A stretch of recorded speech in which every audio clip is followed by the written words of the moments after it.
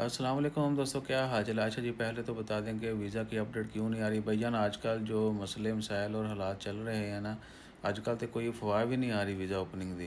पहले तो अब आज जब ये वीडियो रिकॉर्ड की जा रही है 9:41 PM सितंबर 29 जो है आज है साल 2025, कोई अपडेट नहीं है, कोई अफवाह भी नहीं आती पी, ठीक है।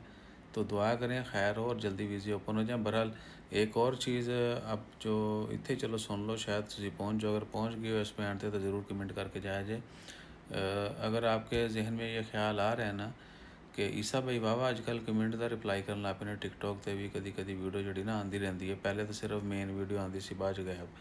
तो यह मेरे हथ ना जो फिल्टर चलता पाया ये लग गया है। ये शाज़ोन बस शाज़ो नाज़र किदा की कहते हैं, बस अचानक ही जड़ा ना ये मेरे हथ लग गया। तो मैं क्या जी जड़ा ना थोड़ा हालात ठीक ने, लाइट शाइट की भी बहुती कोई जरूरत नहीं पैंती, मेकअप की भी एक ही फिल्टर क्लिक करो खलास सीधा पद्धरा कर देंदा सारा कुछ। तो इसलिए जड़ा ना मैंने भी मज़ा आता वीडियो पाने का। बाकी इंशाल्लाह ताला खैर कोशिश करांगे कि तंबाकू जड़ा ना वो ना करिए। तो आपने जितनी को लाइक जायज़ सपोर्ट बनती है वो ज़रूर किया करें, हमें फॉलो शॉलो करो, कमेंट भी डिटेल कमेंट किया करो बड़े बड़े, ठीक है जी। जज़ाकल्लाह, अल्लाह हाफिज़।